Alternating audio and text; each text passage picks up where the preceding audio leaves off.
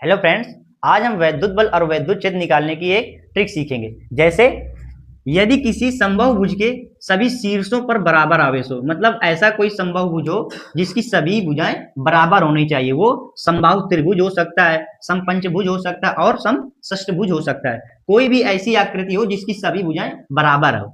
और यदि किसी समबाहुभुज के सभी शीर्षों पर बराबर आवेश हो, मतलब इनके शीर्षों पर आवेश क्या होना चाहिए, बराबर होना चाहिए। अगर यहाँ प्लस क्यू है और तो यहाँ भी प्लस क्यू होना चाहिए और यहाँ भी प्लस क्यू होना चाहिए। बराबर आवेश हो तो इन आवेशों के कारण केंद्र पर रखे आवेश पर वैद्युत बल और वैद्युत क्षेत्र शून्य होता है। जैसे इन आवेशों के कारण जो कोनों पर रखे हैं, जो शीर्षों पर आवेश रखे हैं, plus q plus q plus q, इन आवेशों के कारण जो केंद्र पर आवेश है उस पर वैद्युत बल और वैद्युत क्षेत्र दोनों शून्य होता है। जैसे प्लस क्यू आवेश के कारण अगर वैद्युत क्षेत्र की दिशा देखेंगे तो वो नीचे की ओर होगी, और इस आवेश के कारण अगर दिशा देखेंगे तो वो भी इधर की ओर होगी, और इस आवेश के कारण अगर दिशा देखेंगे तो वो कुछ इस तरह होगी।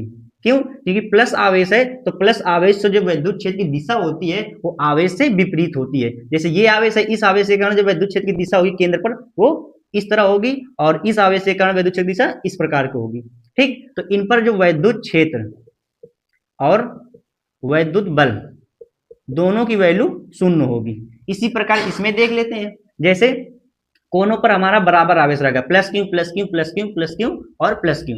तो इस आवेश के कारण वैद्युत क्षेत्र की दिशा देखेंगे तो वो इसकी तरफ होगी, और इस आवेश के कारण देखेंगे तो वो इस तरफ होगी।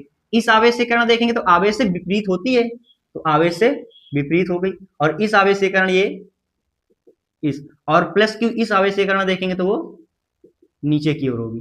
ठीक, तो इस पर जो वैद्युत बल होगा, वैद्युत बल और वैद्युत क्षेत्र, वो क्या होगा, शून्य होगा।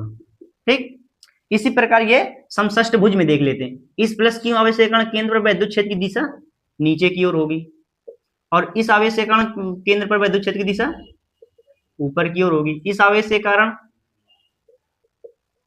इसी प्रकार इसके कारण देखेंगे तो वो इधर होगी, और इसके कारण देखेंगे तो वो इधर होगी। तो यहां पर भी हमारा इलेक्ट्रिक फील्ड और वैद्युत बल दोनों शून्य होंगे।